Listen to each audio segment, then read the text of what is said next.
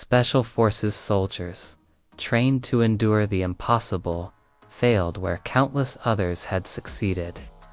Their pride shattered, their confidence broken. They could not pass the ultimate test until a single mother, armed not with weapons but with a quiet, unyielding wisdom, revealed a secret that changed everything. What she knew was invisible to their training, yet it held the key to triumph.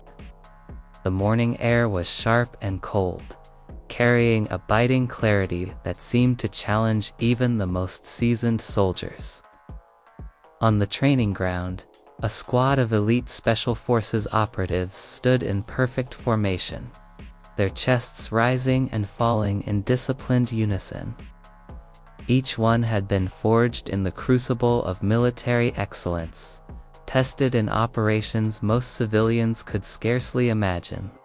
And yet today, they faced something that even they did not fully understand.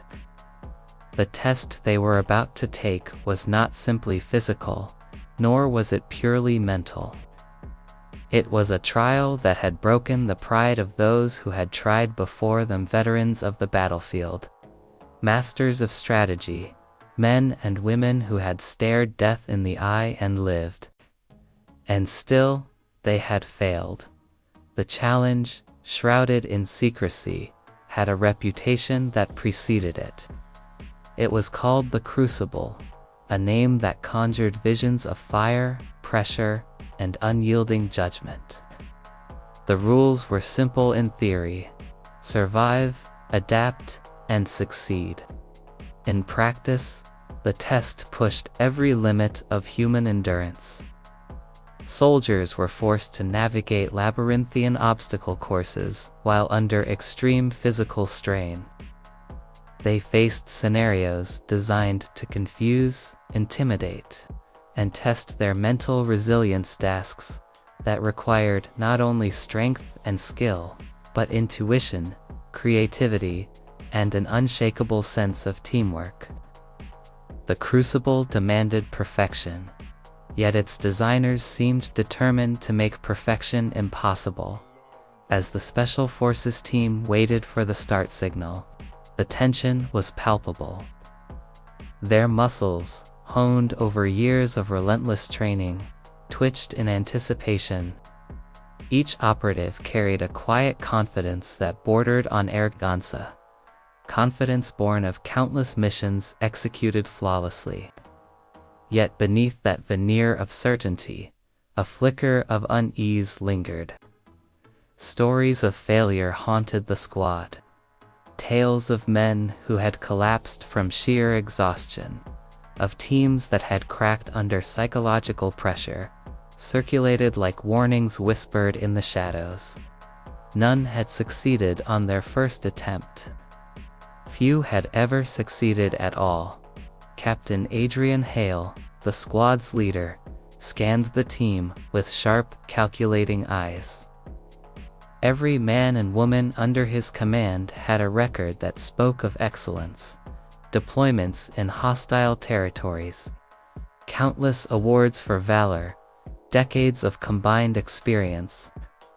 Yet even he felt a knot of anxiety tighten in his chest. There was something about this test that mocked conventional training, a challenge that seemed almost designed to humble the most capable. "Remember," he said, his voice steady but firm, "this is not just about strength. It is not just about strategy. It is about adaptation. Observe, analyze, and do not let failure cloud your judgment." The squad nodded, each soldier internalizing the weight of his words. Their training had taught them to endure the impossible, to confront chaos with calculated precision. Yet even as they readied themselves, the course awaited an enigmatic gauntlet of physical trials, mental puzzles, and psychological traps. It sprawled before them like a labyrinth, a maze that seemed to shift subtly, as though testing not just their bodies, But their perception and intuition, the first obstacle loomed like a monument to human endurance. A towering wall of steel and rope, slick with morning dew. Soldiers would have to climb, balance, and leap, often carrying heavy packs filled with equipment meant to simulate battlefield conditions. But the physical challenge was only the beginning. Hidden sensors, unpredictable timing, and obstacles designed to exploit fear would demand more than raw strength. They would require presence of mind and the ability to anticipate the unexpected as the whistle blew. The soldiers surged forward, their bodies moving with trained precision. Muscles strained and sweat glistened on their foreheads.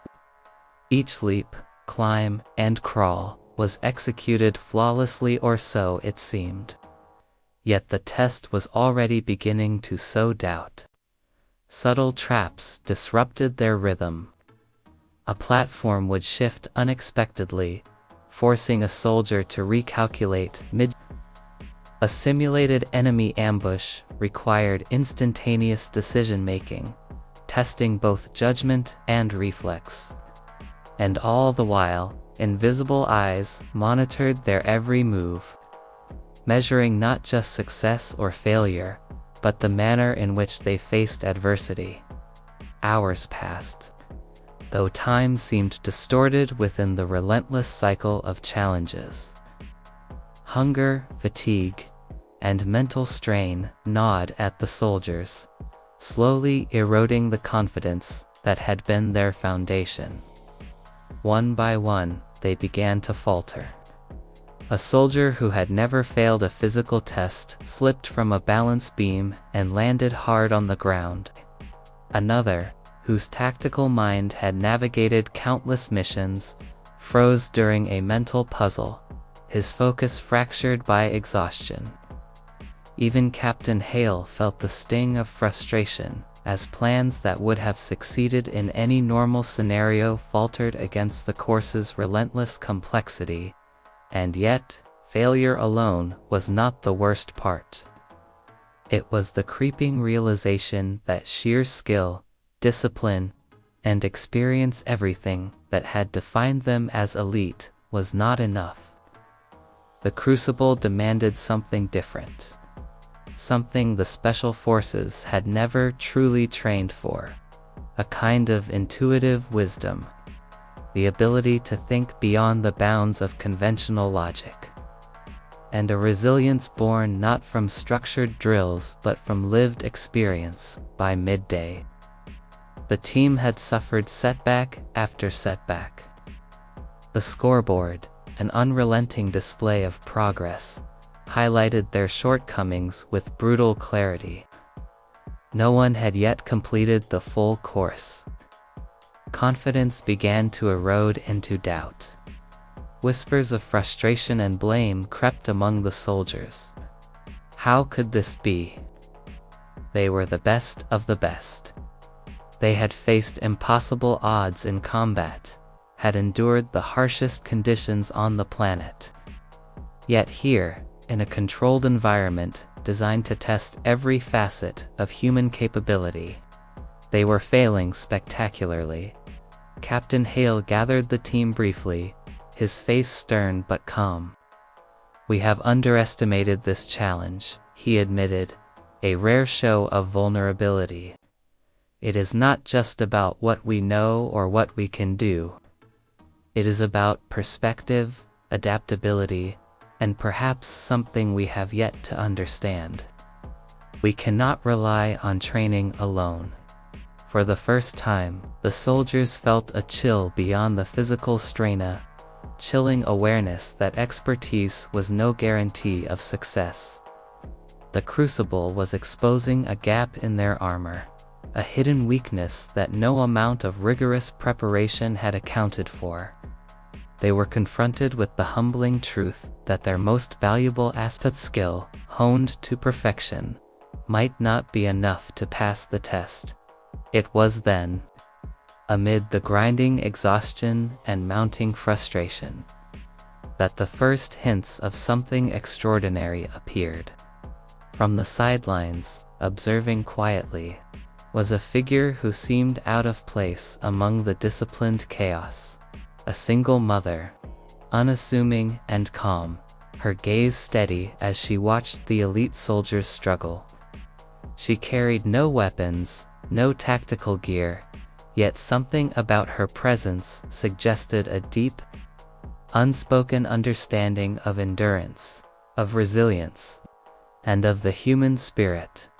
No one yet knew that she held the key to solving the puzzle that had confounded the best of the best.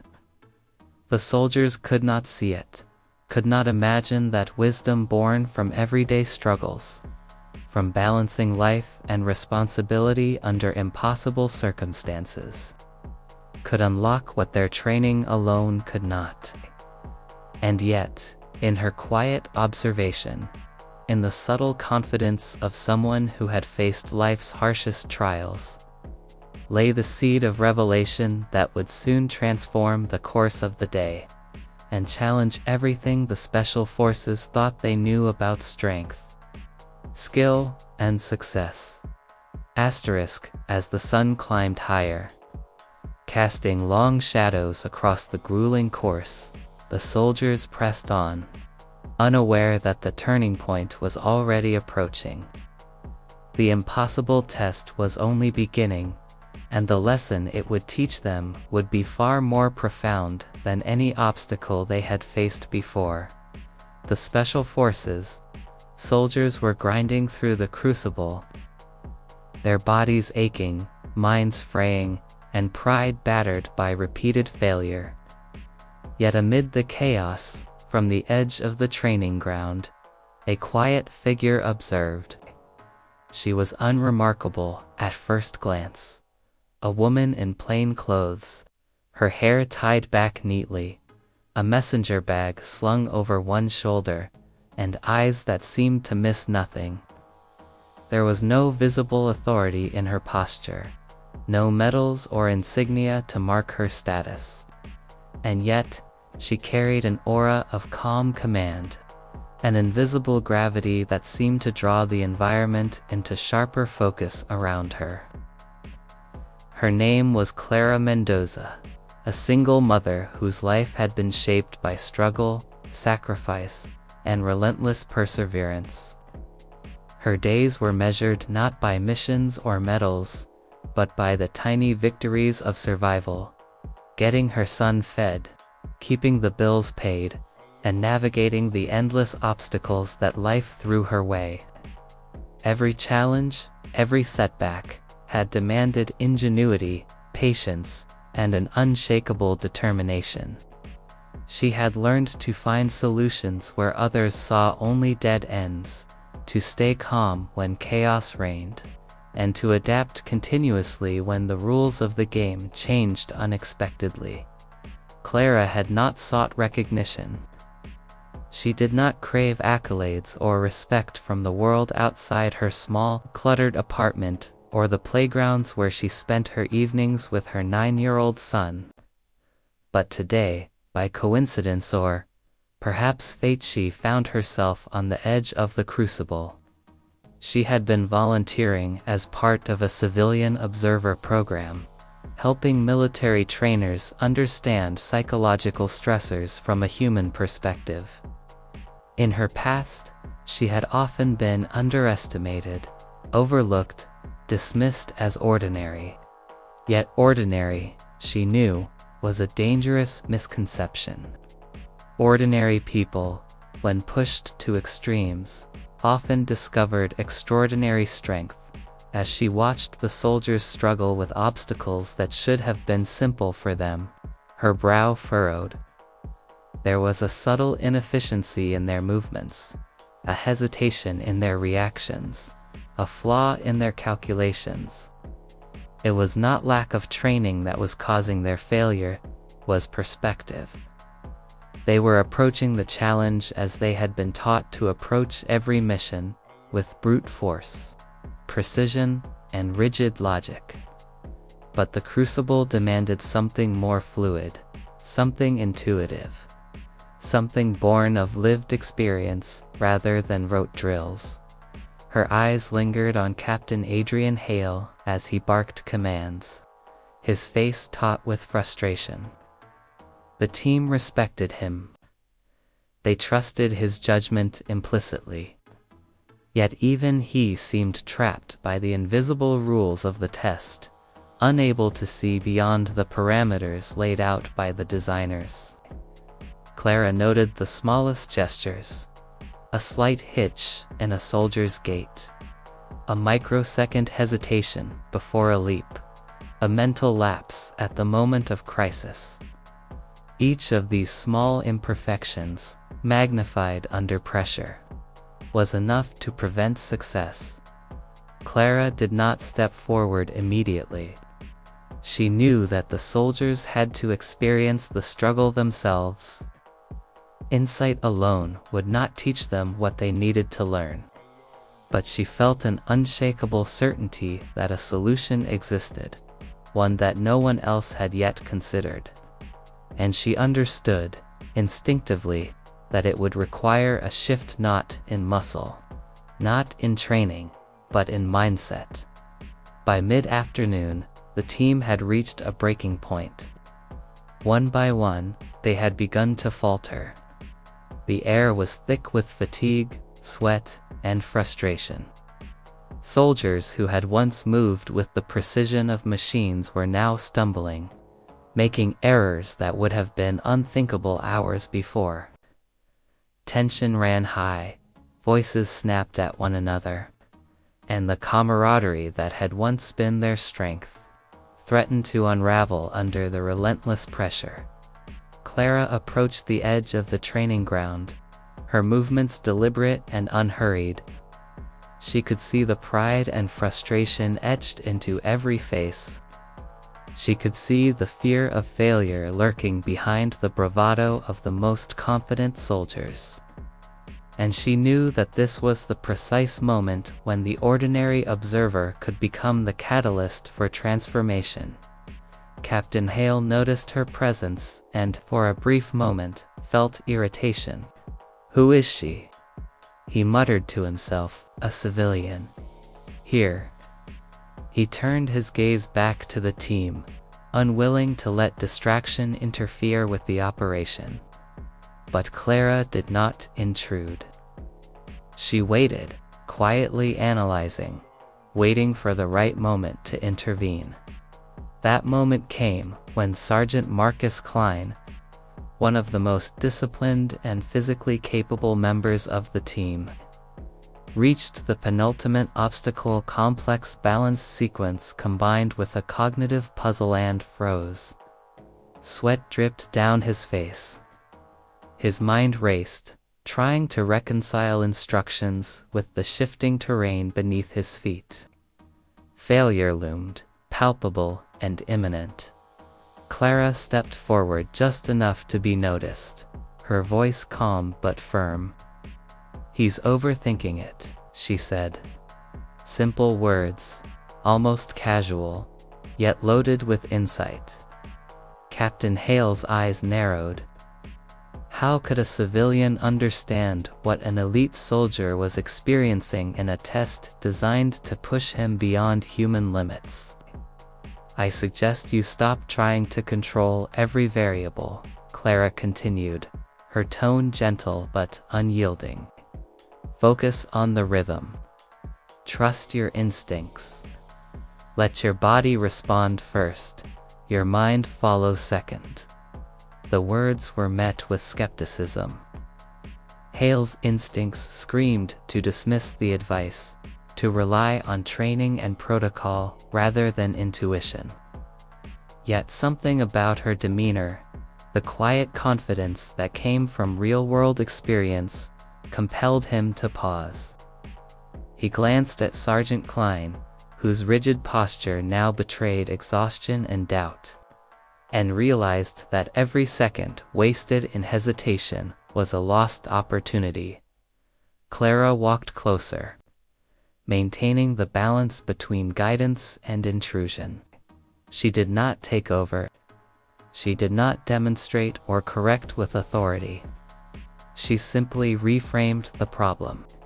"You don't have to conquer it all at once," she said. "Break it down. Small steps. Observe the flow. Adapt as you go. You've done harder things before, but here you're letting fear dictate your actions." Something shifted in the soldiers, almost imperceptibly at first. Klein exhaled, unclenched his fists, and allowed his body to move naturally. The rhythm she had described, small, deliberate, instinctive movements, began to take hold. One by one, the soldiers started to apply her insight, relying less on rigid training and more on adaptive thinking. Captain Hale remained cautious, watching, waiting. He could not yet comprehend the magnitude of what was happening, but he felt the change, the subtle unlocking of potential that had been blocked by years of structured expectation. It was not brute force that was enabling progress. It was perspective, flexibility, and the quiet wisdom of someone who had navigated life's unpredictable challenges without a manual, without reinforcement, without the prestige of medals or rank. As Clara observed, she smiled faintly.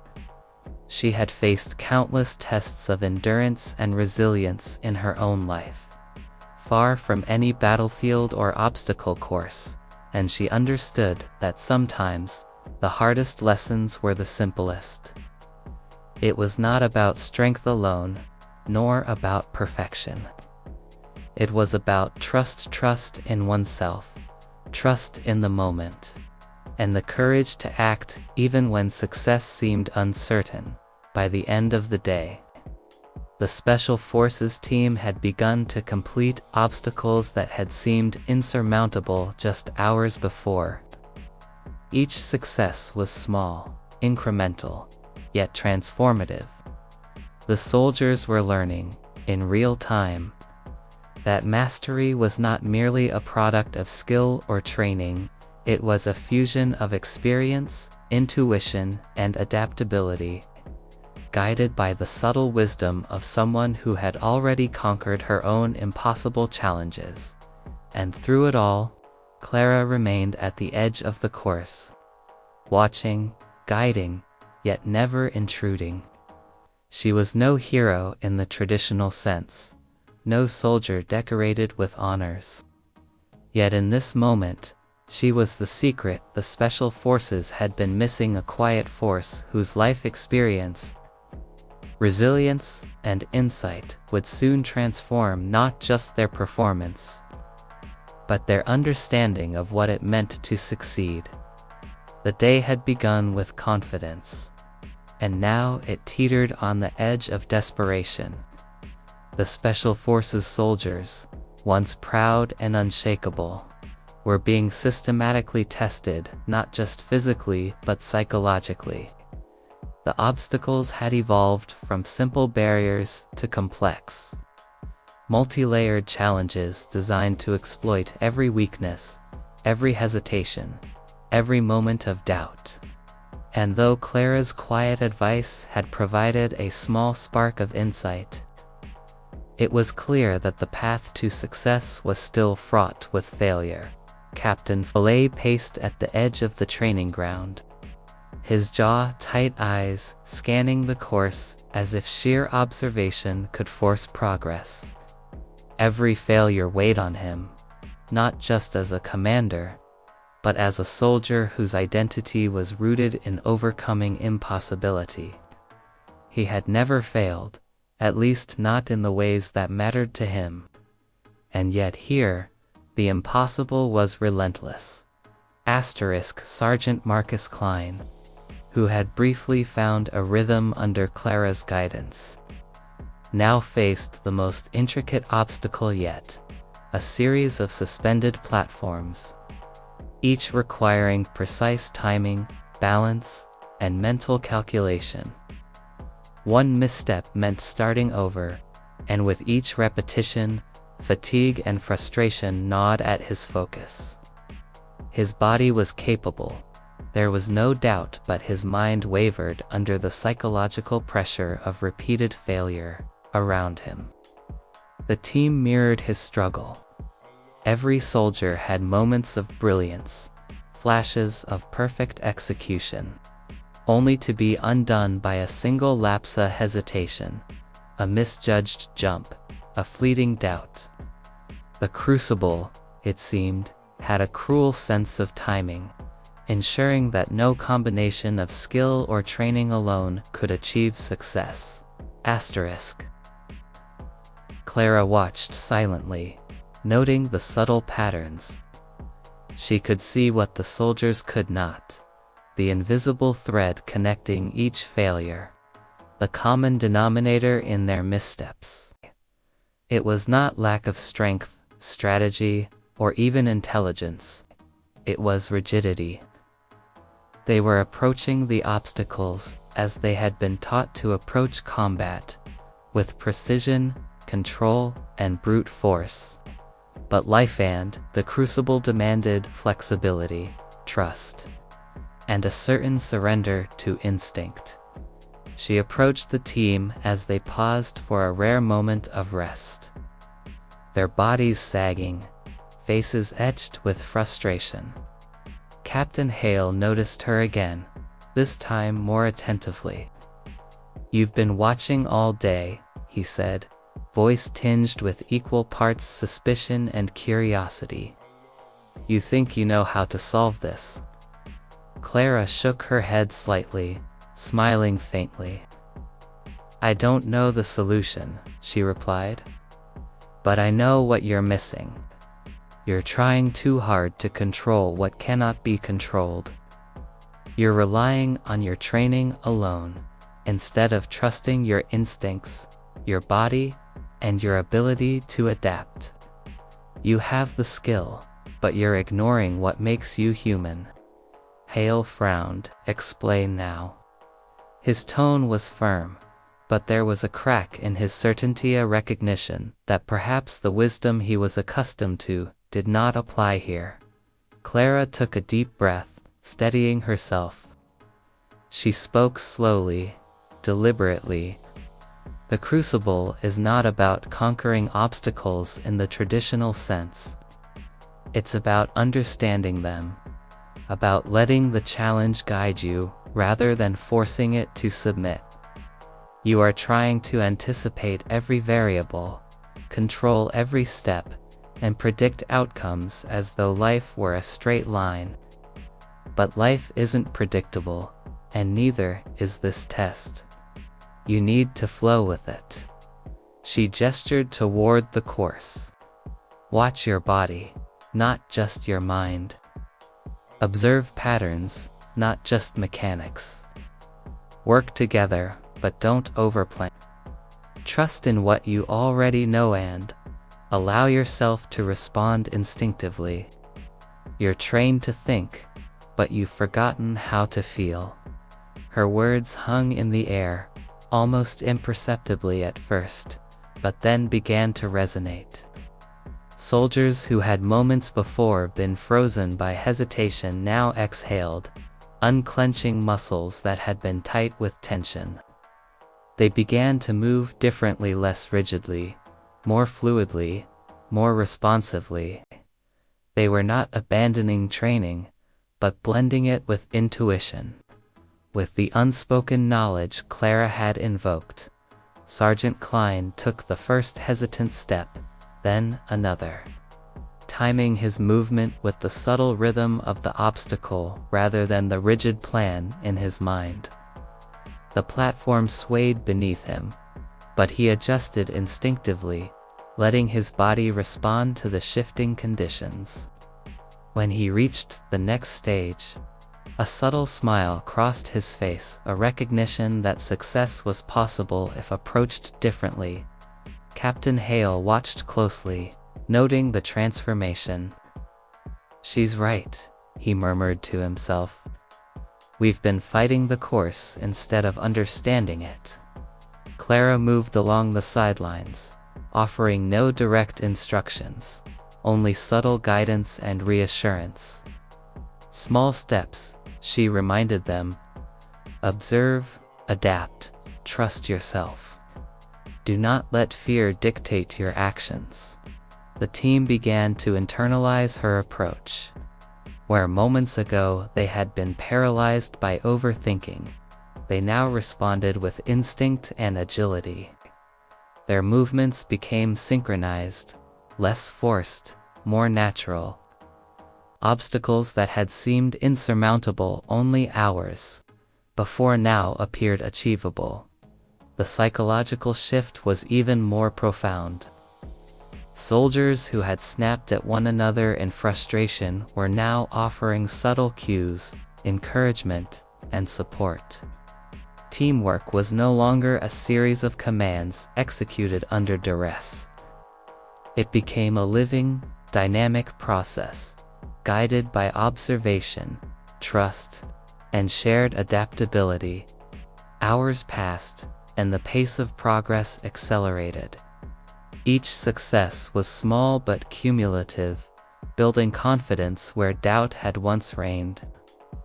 The Crucible, once a relentless enemy, began to feel like a challenge that could be understood, negotiated, and ultimately overcome. Finally, the last obstacle loomed, a combination of physical endurance, mental acuity, and split-second decision.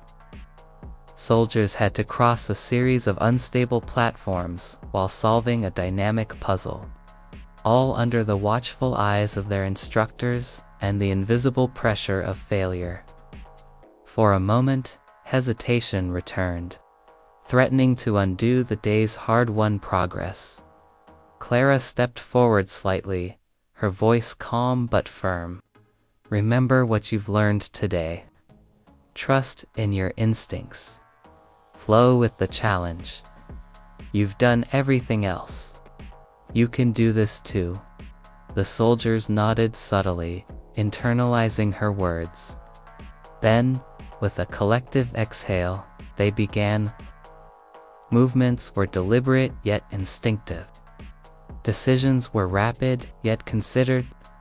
Where they had failed repeatedly before, they now succeeded with grace and precision. Platform by platform, puzzle by puzzle, they advanced, drawing on a blend of skill, intuition, and resilience that Clara had helped unlock. When the final step was taken and the last puzzle solved, a silence fell over the Corsa, silence born of disbelief, relief, and triumph. The special forces had completed the Crucible, succeeding where countless others had failed. Captain Hale, usually reserved, allowed a rare smile to cross his face. He turned toward Clara, recognition and awe in his eyes.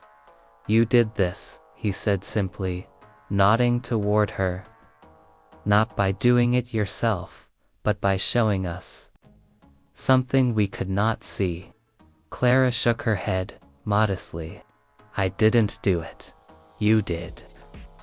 I just reminded you of what you already had: resilience, intuition, the ability to adapt. Life has already trained you in ways that drills never could. Sometimes the hardest lessons aren't about strength or skill, they're about perspective." The soldiers gathered around, some still catching their breath, some smiling with unrestrained relief. There was a newfound humility in their eyes, a recognition that mastery was not solely measured by skill or experience, but by the ability to integrate wisdom, intuition, and adaptability. For Clara, the day had been quiet, transformative in its own way. She had not sought accolades or recognition, yet she had changed the course of the elite Special Forces' understanding of human potential. The soldiers, once confident in their superiority, had learned an invaluable lesson: that wisdom often comes from unexpected sources. and that even the strongest can falter when they fail to see beyond the limits of their training. As the sun began to dip toward the horizon, casting long shadows across the course, Clara turned to leave, unnoticed by most of the team. Captain Hale, however, stayed behind, watching her. There was gratitude, respect, and something deeper in his gaze, and understanding that the true measure of strength was not just in power, speed, or precision, but in the courage to trust, adapt, and learn from the world in ways that went beyond textbooks and drills. And as she walked away, Clara Mendoza, single mother and quiet force of resilience, had revealed a secret that no amount of elite training could replace. Sometimes, the greatest victories come not from mastering the impossible, but from seeing it with new eyes. The completion of the Crucible had left a strange, almost reverent silence over the training ground. The Special Forces soldiers, once proud and unyielding, now stood in a state of quiet disbelief.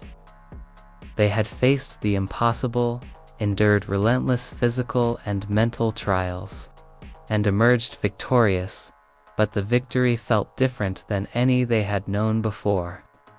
It was not the triumph of skill or brute strength, but the triumph of insight, perspective, and human resilience. Captain Adrian Hale surveyed his team, noting the subtle changes in posture, expression, and demeanor. Where there had been tension and frustration, there was now relief and humility. Where there had been impatience and pride, there was now reflection and recognition.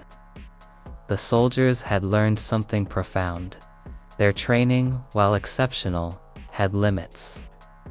There was a world of wisdom beyond the drills, a realm of experience and intuition that could not be replicated in classrooms or obstacle courses. Hale's gaze shifted to Clara Mendoza, standing quietly at the edge of the course.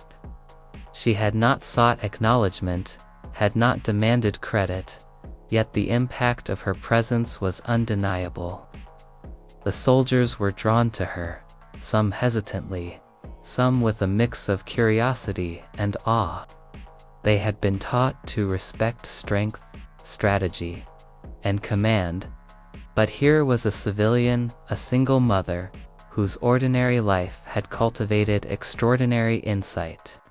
And in that insight, they had found the key to victory.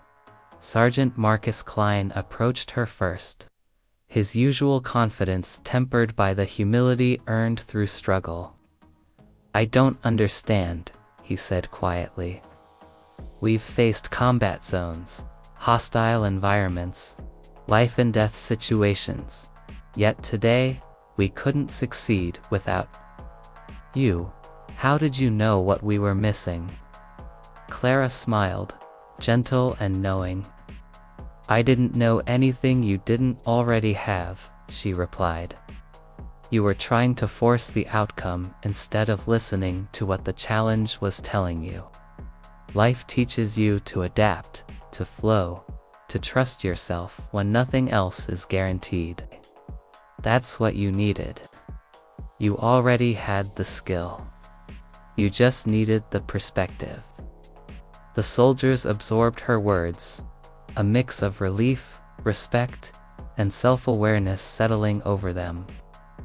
Captain Hale stepped forward, his usual stoicism replaced with a rare vulnerability. "You've done more than help us pass a test," he said slowly. "You've reminded us what it means to be human, even as elite soldiers. Sometimes the greatest lesson comes not from what we are taught, but from what we experience and what we've overlooked." Clara nodded. "Exactly. The Crucible isn't just about physical endurance or mental acuity. It's about adaptability, observation, and humility. and sometimes, the hardest teacher is life itself. The team spent the next hour debriefing, not in the usual tactical sense, but in a way that allowed reflection on their personal growth. Soldiers who had been rigid and commanding discovered the power of observation and instinct. Those who had relied heavily on training realized that flexibility could often yield greater results than force. Conversations were no longer about dominance or pride. They were about learning, sharing insight, and understanding the value of perspective outside the rigid structure of the military. Hale addressed the team finally, voice steady but charged with new understanding. "What we've learned today is more valuable than any medal or record," he said. "Clara has shown us that excellence isn't just measured by what we can do, it's measured by how we see the world, how we adapt, and how we apply what life has already taught us. We are elite, yes, but we have been reminded of the humility required to remain exceptional." The soldiers nodded, absorbing his words, many stealing glances at Clara. Some of them had never considered that someone outside their world, someone who had never held a rank or fired a weapon in combat, could teach them something they could not learn in years of training. It was a humbling realization, one that left a lasting impression far deeper than the exhaustion of the day. As the sun dipped toward the horizon, casting golden light across the rugged terrain, Clara finally began to move toward the exit of the training grounds. Captain Hale called after her, "Wait, you can't just leave like this. You've changed everything today. You need to know that we recognize what you've done." Clara paused, turning slightly to meet his gaze. "I don't need recognition," she said softly. "The lesson isn't about me. It's about you, about your team, and about what you've learned. That's the real reward." Hale hesitated, understanding the truth in her words. Yet he still felt compelled to honor her contribution. "Then let us honor it in action," he said. "The changes you've inspired will shape how we train, how we operate, and how we view challenges from this day forward. You've reminded us that even the strongest must remain teachable." Clara's eyes softened with approval. "Then I am glad," she said simply. "Remember that the greatest strength often comes from listening, observing, and adapting. That is the secret to any challenge, military, personal, or otherwise." As she walked away, Captain Hale turned back to his team. "You've all seen it. You've all experienced it. Remember today. Remember the lessons, not just the victory." The soldiers watched Clara disappear into the fading light, a sense of awe settling over them. For the first time, they realized that heroism could come in forms they had never anticipated. She had no uniform, no weapons, no rank, yet her influence had transformed them entirely. They were no longer just a team of elite soldiers. They were a group humbled and strengthened by the quiet wisdom of someone who had faced her own impossible trials every day. That evening, as they reflected on the day, there was a profound change in the atmosphere. Laughter returned, tempered by humility. Conversations were deeper, more thoughtful. The pride of the elite had been replaced by a recognition of the value of perspective and the importance of trust, not just in each other, but in life itself. Captain Hale lingered after the others had departed, staring at the empty path where Clara had walked. He felt a rare sense of gratitude. mingled with a quiet realization. The strongest soldier is not the one who can endure the most, but the one who can see beyond the obvious, who can adapt, who can learn from the unexpected. And sometimes, the teacher who imparts the most valuable lesson is someone the world would never expect. Clara returned to her life the following day, unnoticed by the public, yet leaving an indelible mark on a team of soldiers who had once believed they knew the limits of human potential. For them, the memory of her guidance would endure, shaping every decision, every mission, and every approach to challenge. They had learned that excellence was not fixed, it was a living, evolving quality that required humility, observation, and courage to adapt. In the quiet of her own apartment, Clara sat beside her son, watching him play and listening to the laughter and chatter that filled their small space. Her life had always been a test of endurance, filled with obstacles that demanded ingenuity, patience, and resilience. She had not sought glory or recognition, and yet, in that moment, she felt a quiet satisfaction, the knowledge that her experience, her perspective, and her strength had transformed lives far beyond her own. Sometimes, she thought, the greatest victories are the ones no one else sees, the victories that are measured not in medals or accolades, but in the subtle, profound ways we change the world around us. And sometimes, the greatest teachers are not the ones with power or rank, but those who have learned the lessons of life through struggle, love, and perseverance. The Special Forces soldiers would remember this day forever, not just as the day they passed the impossible test, but as the day they discovered a truth they had never anticipated, that human strength is not defined by training alone, but by the courage to adapt, the humility to learn, and the wisdom to trust in what life itself has already taught. And in that truth, they found a victory far greater than any they had ever imagined.